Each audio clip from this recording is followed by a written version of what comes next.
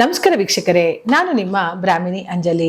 ಬನ್ನಿ, ಮೇ ತಿಂಗಳ ಮಾಸ ಭವಿಷ್ಯ ಧನುಸು ರಾಶಿಯವರಿಗೆ ಏನೆಲ್ಲ ಫಲಗಳನ್ನ ಕೊಡುತ್ತೆ ನೋಡ್ತಾ ಹೋಗೋಣ.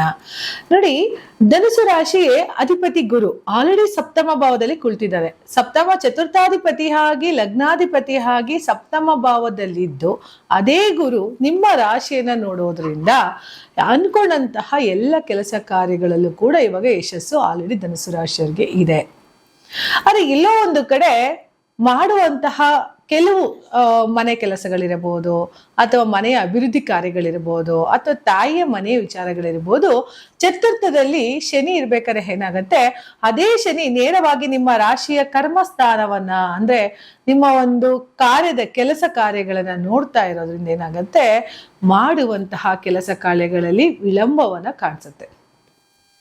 ಗುರುವಿನ ದೃಷ್ಟಿ ಶುಭ ಫಲಗಳನ್ನ ಕೊಟ್ರೆ, ಶನಿಯ ದೃಷ್ಟಿ ನಮ್ಮ ಮೇಲೆ ನೆಗೆಟಿವ್ ಪರಿಣಾಮಗಳನ್ನ ಕೊಡ್ತಾ ಹೋಗುತ್ತೆ. ಯಾಕೆ ಅಂತಂದ್ರೆ, ನಕಾರಾತ್ಮಕ ಶಕ್ತಿಗಳು ನಮ್ಮ ಮೇಲೆ ಪರಿಣಾಮ ಬೀರ್ತಾ ಇದೆ ಅಂತಂದ್ರೆ ಅಲ್ಲೆಲ್ಲೋ ನೆಗೆಟಿವ್ ಗ್ರಹ ನಮಗೆ ಇಂಪ್ಯಾಕ್ಟ್ ಆಗ್ತಿದೆ ಅಂತ ಅರ್ಥ. ಸೊ ಅದು ನಮ್ಮ ಮೇಲೆ ಇಂಪ್ಲಿಮೆಂಟ್ ಆಗ್ತಿದೆ ಅಂದಾಗ ಆ ಗ್ರಹದ ಒಂದು ಶಕ್ತಿ ಏನು, ಆ ಗ್ರಹದ ವಿಚಾರ ಏನು ಅಂತ ನಾವು ತಿಳ್ಕೊಬೇಕಾಗತ್ತೆ. ನೋಡಿ, ನಿಮಗೆ ಧನಸ್ಥಾನಾಧಿಪತಿ ಮತ್ತೆ ತೃತೀಯಾಧಿಪತಿ ಆದಂತಹ ಶನಿ, ಪರಾಕ್ರಮ ಸ್ಥಾನ ಅಂತಾನೂ ಕರಿತೀವಿ ಮೂರನೇ ಮನೆನ, ಆ ಅಧಿಪತಿಯಾದಂತಹ ಶನಿ ನಿಮ್ಮ ರಾಶಿಯಿಂದ 4ನೇ ಮನೆ ಸುಖಸ್ಥಾನದಲ್ಲಿ ಕುಳಿತಿದ್ದಾರೆ. ಆ ಸುಖಸ್ಥಾನ ಭಾವದಲ್ಲಿ ಕುಳಿತಂತಹ ಶನಿ ನಿಮ್ಮ ಕರ್ಮಸ್ಥಾನವನ್ನ ನೋಡೋದ್ರಿಂದ, ಕರ್ಮಸ್ಥಾನ ಏನನ್ನು ಹೇಳುತ್ತೆ, ದಶಮ ಸ್ಥಾನ ಏನ್ ಹೇಳುತ್ತೆ ಅನ್ನೋದಾದ್ರೆ, ನೀವು ಮಾಡುವಂತಹ ಉದ್ಯೋಗ, ಕೆಲಸ, ಕಾರ್ಯ ಪ್ರತಿಯೊಂದು ಕೂಡ ಆ ಒಂದು ಕಾರ್ಯವನ್ನ 10ನೇ ಮನೆ ಹೇಳುತ್ತೆ. ಆ 10ನೇ ಮನೆಗೆ ಶನಿಯ ದೃಷ್ಟಿ ಇರೋದ್ರಿಂದ ಏನಾಗ್ತಿದೆ ಅಂತ ಅಂದ್ರೆ, ಕೆಲಸ ಕಾರ್ಯದಲ್ಲಿ ನಿಮಗೆ ಏಕಾಗ್ರತೆ ಬರ್ತಿಲ್ಲ, ಸೋಂಬೇರಿತನ ತುಂಬಾ ಕಾಡ್ತಾ ಇದೆ. ಇವತ್ ಮಾಡೋಣ, ನಾಳೆ ಮಾಡೋಣ, ಆಚೆ ನಾಡಿದ್ ಮಾಡ್ಕೊಂಡು ಹೋಗೋಣ ಅನ್ನೋ ತರ ಮುಂದೂಡಿಕೆ ಜಾಸ್ತಿ.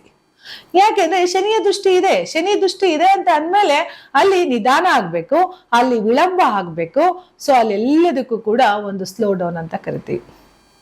ಹಾಗಾಗಿ ಶನಿಯ ದೃಷ್ಟಿ ಯಾವ ಮನೆಯ ಮೇಲೆ ಬೀಳುತ್ತೋ ಅದರ ಮೇಲೆ ನಿಮ್ಮ ಒಂದು ಅಭಿವೃದ್ಧಿ ಕಾಣಿಸ್ತಾ ಹೋಗುತ್ತೆ. ಶನಿ ನಿಮ್ಮ ರಾಶಿಯಿಂದ ಯಾವ ಮನೇಲಿ ಕುಳಿತಿದ್ದಾರೆ, ಯಾವ ಮನೆಯಿಂದ 3ನೇ ಮನೆ ನೋಡ್ತಾ ಹೋಗ್ತಾರೆ. ಶನಿ 7th house ನೋಡ್ತಾರೆ, ಹಾಗೆ 10ನೇ ಮನೆ ನೋಡ್ತಾರೆ. ಅಲ್ಲಿಗೆ ಶನಿಯ ಒಂದು ದೃಷ್ಟಿ 3ನೇ ಮನೆ 4ನೇ ಮನೆಯಲ್ಲಿ ಕುಳಿತಿದ್ದು, 3ನೇ ಭಾವ ಅಂದ್ರೆ ನಿಮ್ಮ ರೋಗ ಋಣ ಸ್ಥಾನ ಅಂತ ಏನ್ ಕರಿತೀವೋ ಷಷ್ಠ ಭಾವವನ್ನ ನೋಡ್ತಾ ಇದ್ದಾರೆ. 3ನೇ ಮನೆ ಅಲ್ಲಿ ಆಯ್ತು ಅಂದ್ರೆ ಇನ್ನ ಅಷ್ಟಮನ ಕೂಡ ನಿಮ್ಮ ಮನೆ ನೋಡ್ತಾ ಇದ್ದಾರೆ. ಅಲ್ಲಿಗೆ ನಿಮ್ಮ ಆರೋಗ್ಯದ ವಿಚಾರದಲ್ಲಿ ಬಹಳ ಕೇರ್ಫುಲ್ ಆಗಿರ್ಬೇಕಾಗತ್ತೆ ಧನುಸು ರಾಶಿಯವರು.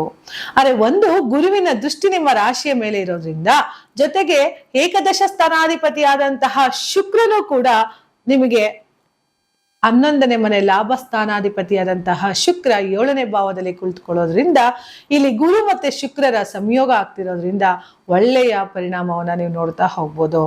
ಧನಾಕರ್ಷಣೆ ಹೆಚ್ಚಾಗ್ತಾ ಹೋಗುತ್ತೆ. ವ್ಯಾಪಾರ ಅಭಿವೃದ್ಧಿಗಳಲ್ಲಿ ಹೆಚ್ಚು ಅಭಿವೃದ್ಧಿನ ಹೊಂದ್ತಾ ಹೋಗ್ತೀರಿ. ಯಾಕೆ ಅಂತಂದ್ರೆ ಅಲ್ಲಿ ಗುರುವಿನ ಆಚಾರ್ಯ ಆದಂತಹ ಗುರು ಆಚಾರ್ಯರು ಕೂಡ ಅಲ್ಲೇ ಇದ್ದಾರೆ, ಅಸುರ ಗುರು ಆದಂತಹ ಶುಕ್ರಾಚಾರ್ಯರು ಕೂಡ ಅಲ್ಲೇ ಇರೋದ್ರಿಂದ ಇಬ್ಬರ ಒಂದು ಸಮಾಗಮ ಅಂದ್ರೆ ಅಸುರ ಗುರು ಮತ್ತೆ ಸುರುಗುರುಗಳ ಸಮಾಗಮದಿಂದ ನಿಮ್ಮ ಒಂದು ಜಾತಕದಲ್ಲಿ ಅಭಿವೃದ್ಧಿಯನ್ನ ನೋಡ್ತಾ ಹೋಗ್ಬೋದು. ಏಕದಶ ಸ್ಥಾನಾಧಿಪತಿಯಾದಂತಹ ಶುಕ್ರ ಸಪ್ತಮ ಭಾವಾಧಿಪತಿಯಲ್ಲಿ ಕುಳಿತಿರೋದ್ರಿಂದ, ಅದೇ ಸಪ್ತಮದಲ್ಲಿ ಕುಳಿತಿದ್ದು ಸಪ್ತಮವನ್ನ ನಿಮ್ಮ ರಾಶಿಯನ್ನ, ನಿಮ್ಮ ಲಗ್ನವನ್ನ, ನಿಮ್ಮ ರಾಶಿಯನ್ನ ದೃಷ್ಟಿ ನೋಡ್ತಾ ಇರೋದ್ರಿಂದ ಅಲ್ಲಿ ನಿಮಗೆ ಏನ್ ಅನ್ಕೊಂಡಿದಿರೋ ಅದು ಸಾಧನೆ ಮಾಡುವಂತಹ ಕೆಲಸ. ಜೊತೆಗೆ ಯಾವ್ದಾರ ಒಂದು ಚಿನ್ನಾಭರಣವನ್ನ ಖರೀದಿ ಮಾಡುವಂಥದ್ದು, ಅಥವಾ ಯಾವ್ದಾರ ಹೊಸ ಒಂದು ಪ್ರಾಪರ್ಟಿನ ಖರೀದಿ ಮಾಡುವಂಥದ್ದು, ನಿಮಗೆ ಗೊತ್ತಿಲ್ಲದಂತಹ ಒಂದು ಕೆಲವು ಹಣದ ವಿಚಾರದಲ್ಲಿ ನಿಮಗೆ ಬಂದು ಕೈ ಸೇರುವಂಥದ್ದೆಲ್ಲ ಆಗ್ತಾ ಹೋಗುತ್ತೆ ಧನುಸು ರಾಶಿಯವರಿಗೆ. ಯಾಕೆಂದ್ರೆ ವೀನಸ್ಸು ಶುಕ್ರನ ಕೊಡೋದು, ಹೋಮ್ ಮಿನಿಸ್ಟರ್ ಅಂತ ನಾವೇನ್ ಕರಿತೀವಲ್ಲ, ಸೊ ಆ ಶುಕ್ರ ಇರ್ಬೇಕು ಪ್ರತಿಯೊಬ್ಬ ಮನುಷ್ಯನಲ್ಲೂ ಕೂಡ. ನಾವು ಹಣದ ಅಭಿವೃದ್ಧಿ ನೋಡ್ಬೇಕು ಅಂತ ಅಂದ್ರೆ ಶುಕ್ರ ವೆರಿ ಇಂಪಾರ್ಟೆಂಟ್. ನೋಡಿ, ದುಡ್ಡೇ ದೊಡ್ಡಪ್ಪ ಅಂತೀವಿ, ಎಲ್ಲರಿಗೂ ಅಪ್ಪನೇ ಅವನು, ಅಪ್ಪನಿಗಪ್ಪ ಅವನು ದುಡ್ಡು. ಆ ಹಣದ ಸಂಪಾದನೆ ಮನುಷ್ಯನಿಗೆ ಬೇಕು ಅಂತ ಅಂದಾಗ ಆ ಸಂಪಾದನೆ ಯಾವ ರೀತಿ ಮಾಡ್ತೀವಿ, ಯಾವ ಮಾರ್ಗದಲ್ಲಿ ಸಂಪಾದನೆ ಮಾಡ್ತೀವಿ, ಆ ಹಣದ ಒಂದು ಸಂಪಾದನೆಯಲ್ಲಿ ನಾವು ಹಿಡಿಯುವಂತಹ ದಾರಿ ಆ ಕರ್ಮಸ್ಥಾನವನ್ನ ಹೇಳುತ್ತೆ. ಆ ಕರ್ಮಸ್ಥಾನದಲ್ಲಿ ನಾವು ಮಾಡುವಂತ ಕೆಲವು ಉದ್ಯೋಗದಲ್ಲಿ ಹೆಚ್ಚು ಸಂಪಾದನೆಯನ್ನ ಮಾಡ್ತಾರೆ, ಇನ್ನು ಕೆಲವರು ವ್ಯಾಪಾರದಲ್ಲಿ ಹೆಚ್ಚು ಸಂಪಾದನೆಯನ್ನ ಮಾಡ್ತಾ ಹೋಗ್ತಾರೆ. ಈ ಉದ್ಯೋಗದಲ್ಲಿ ಸಂಪಾದನೆ ಮಾಡ್ಬೇಕಾದ್ರೆ ಅದರಲ್ಲಿ ನಾವು ಅಧಿಕ ಮಟ್ಟದ ಒಂದು ಸಂಪಾದನೆ ನೋಡಕ್ ಆಗಲ್ಲ. ಏಕೆ ಅಂತ ಅಂದ್ರೆ ಅಲ್ಲೊಂದು ಪ್ರಮೋಷನ್ ಅಂತ ಹೇಳಿ ಅಲ್ಪ ಸ್ವಲ್ಪ ಮಟ್ಟದಲ್ಲಿ ಮಾತ್ರ ನಮಗೆ ಹಣ ಸಿಗ್ತಾ ಹೋಗ್ಬೋದು. ಆದ್ರೆ ವ್ಯಾಪಾರ ಅಂತ ಬಂದಾಗ ನಾವು ಅಧಿಕ ಲಾಭಾಂಶವನ್ನ ನೋಡ್ತಾ ಹೋಗ್ಬೋದು.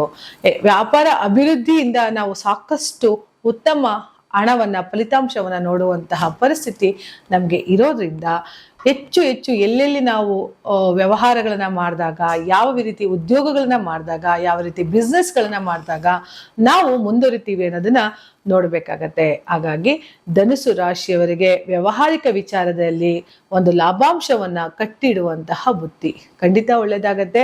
ಹೆಚ್ಚು ಹೆಚ್ಚು ಲಾಭಗಳನ್ನ ನೋಡುವಂಥದ್ದು ಧನುಸು ರಾಶಿಯವರಿಗೆ.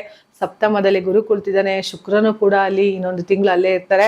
ಹಾಗಾಗಿ ಗುರು ಶುಕ್ರರ ಸಮಾಗಮದಿಂದ ನಿಮ್ಮ ಲೈಫ್ ಅಲ್ಲಿ ಏಳಿಗೆಯನ್ನ ಮೇ ತಿಂಗಳಲ್ಲಿ ನೋಡ್ತಾ ಹೋಗ್ಬೋದು ಧನುಸು ರಾಶಿಯವರು. ಧನುಸು ರಾಶಿಗೂ ಗುರು ಅಧಿಪತಿ ಆಗಿರೋದ್ರಿಂದ, ಜೊತೆಗೆ ಚತುರ್ಥಾಧಿಪತಿನೂ ಅವರೇ ಆಗಿರೋದ್ರಿಂದ ನಿಮಗೆ ಗುರುಗಳ ಆಶೀರ್ವಾದ ತುಂಬಾ ಚೆನ್ನಾಗಿರುತ್ತೆ ಅಂತ ಹೇಳ್ತಾ ಹೋಗ್ಬೋದು. ಎಲ್ಲಿಯವರೆಗೂ ನೀವು ಸಾಕ್ಷಾತ್ ಗುರುಗಳ ಆಶೀರ್ವಾದವನ್ನ ಪಡಿತಾ ಹೋಗ್ತಿರೋ ಅಲ್ಲಿವರೆಗೂ ನಿಮ್ಮ ಜೀವನದಲ್ಲಿ ಏಳಿಗೆ ಮತ್ತೆ ಅಭಿವೃದ್ಧಿಯನ್ನ ಕೊಡುವಂತವನು ಶಾಸ್ತ್ರ ಪರಮಾತ್ಮ ಆಗಿರ್ತಾನೆ. ಹಾಗಾಗಿ ಶ್ರೀ ರಾಘವೇಂದ್ರ ಸ್ವಾಮಿಗಳು ನಿಮ್ಮ ಒಂದು ಜೀವನದಲ್ಲಿ ಯಶಸ್ಸನ್ನ ಕೊಡಲಿ, ಅನ್ಕೊಂಡಿದ್ದಂತಹ ಸಕಲ ಕಾರ್ಯಗಳಲ್ಲಿ ಸಂಪತ್ತು ಅಷ್ಟೈಶ್ವರ್ಯವನ್ನು ಸಂಪಾದನೆ ಮಾಡಲಿ ಅಂತ ಹೇಳ್ತಾ ನನ್ನ ಮಾತನ್ನ ಮುಗಿಸ್ತಾ ಇದ್ದೀನಿ. ಧನ್ಯವಾದಗಳು.